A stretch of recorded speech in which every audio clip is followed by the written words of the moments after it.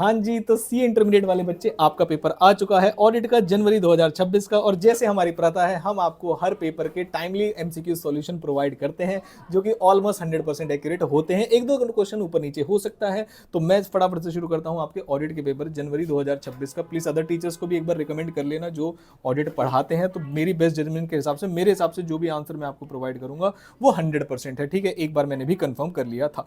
चलिए, तो पहले वाले क्वेश्चन में आते हैं। Case scenario number 1। एक बार मुझे नीचे कमेंट में जरूर बताना कि क्या डिले होने की वजह से पेपर मुश्किल बनाया गया या पेपर ठीक था। जल्दी बताना मुझे, ठीक है। तो केस सिनेरियो नंबर 1 जो कि skill edge learning private limited वाला क्वेश्चन है, जिसके अंदर पहला क्वेश्चन पूछा गया, CAS has failed to respond in incoming auditor in this regard, choose the most appropriate option. अपना कमेंट बॉक्स में आंसर जरा मतलब मार्क्स जरूर बता के जाना कि क्या रहने वाला है, और उसके बाद पढ़ाई को छोड़ देना भाई, उसके बाद कुछ दिन मौज करना। तो बी जो ऑप्शन है, it was unethical all part of outgoing partner failing to respond to communication made by the incoming partners, जो कि इनकमिंग ऑडिटर्स, जो कि डी ऑप्शन की तरह लग रहा है, ए ऑप्शन की तरह लग रहा है, but it is a violation of, जिसकी वजह से आंसर बदल गया, प्रिंसिपल ऑफ प्रोफेशनल बिहेवियर। ये आंसर इसका जो है सही आंसर है। ठीक है, चलिए नेक्स्ट क्वेश्चन नंबर 2 पे आते हैं। In the given case scenario if the tolerable misstatement is increase to 2 lakh, how will we effect the audit sample size. तो भाई उसके लिए फिर सैंपल साइज को हमें कम हो जाएगा उसकी वजह से। Next, which of the following conclusion about skills edge intangible assets expenditure is most appropriate as per AS 26। तो items first should be expense, second treated as a part of fixed assets and third recognized intangible assets। C option जो है इसका वो बिल्कुल correct answer है। उसके बाद चलते हैं नेक्स्ट। जो बच्चे इस वीडियो को देख रहा है उसे लाइक करके अगर चैनल को सब्सक्राइब करता है तो मैं दुआ करूंगा भगवान से कि भाई उसका रिजल्ट तो पास हो ही जाए 110%। ठीक है, चलो आप कर देना।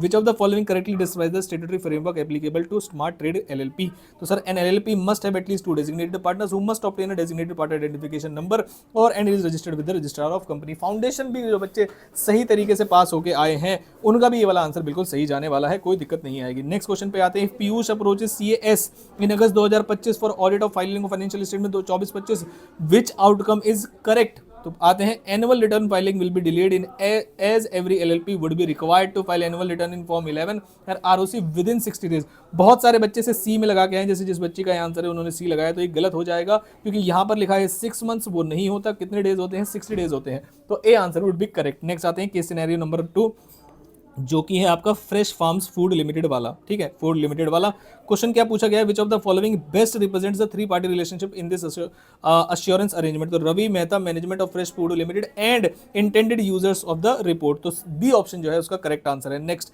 7th पे आते हैं, which action should Ravi and Mehta engagement partner take as per compliance with professional ethical requirement and independent principles. तो जो इसका बी ऑप्शन है, जो कि फर्स्ट, सेकंड, थर्ड और फिफ्थ है, वो इसका करेक्ट आंसर है। 8th पे आते हैं, whether the dividend should be recognized as a liability in the financial statement of Fresh Farm Food Limited as per 31 March 2025। No, the dividend should not recognize as a liability, instead of amount of proposed dividend should be appropriately disclosed. C option इसका सही है। Next 9th question पर आते हैं, acceptance of significant gift and hospitality from the client and loan taken from the client creates which type of ethical threats. तो answer जो होगा वो होगा familiarity threats and self interest threats respectively. बहुत सारे बच्चे इसका ए आंसर लगा के आए होंगे, लेकिन मैं आपकी जानकारी के लिए बता दूं गलत होगा इसका ए वाला आंसर, क्योंकि लग सकता है आपको ए आंसर होगा लेकिन होगा नहीं।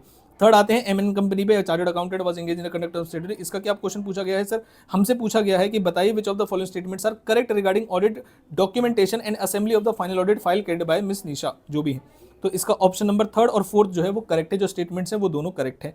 12th पे आते हैं sir, Sanjay considered the following examples of indicators of significant deficiency in internal audit, which of the following items would actually indicate significant deviation. तो आइटम नंबर 1, 2nd और 3rd, यानी सी ऑप्शन जो है इसका करेक्ट आंसर है।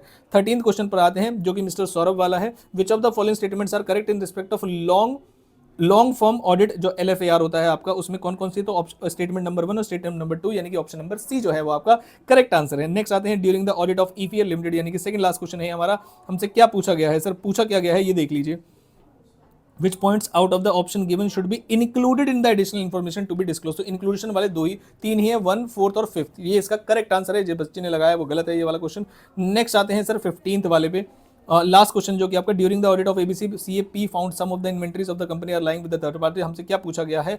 Which of the following are not, देखिए underline किया हुआ, considered audit risk in this situation. तो ऑप्शन नंबर 1st, 2nd और 4th, यानी कि ऑप्शन नंबर डी जो है वो करेक्ट आंसर है। तो जैसा कि हमने हर बार आपको प्रॉमिस करते हैं कि हम आपको टाइमली MCQ सॉल्यूशन प्रोवाइड करेंगे। अब चाहे मुझे कोई सब्जेक्ट ना भी आता हो, तो चाहे मुझे गूगल करना पड़े, चाहे मुझे किसी फैकल्टी के कोई क्वेश्चन आंसर देखने पड़े, मैं बिल्कुल ऑनेस्टली बताता हूं आपको, जब तक मैं 100% अश्योर नहीं हो जाता, जो सब्जेक्ट में पढ़ाता नहीं उसके MCQ के बारे में में तो मैं कभी नहीं लगाता।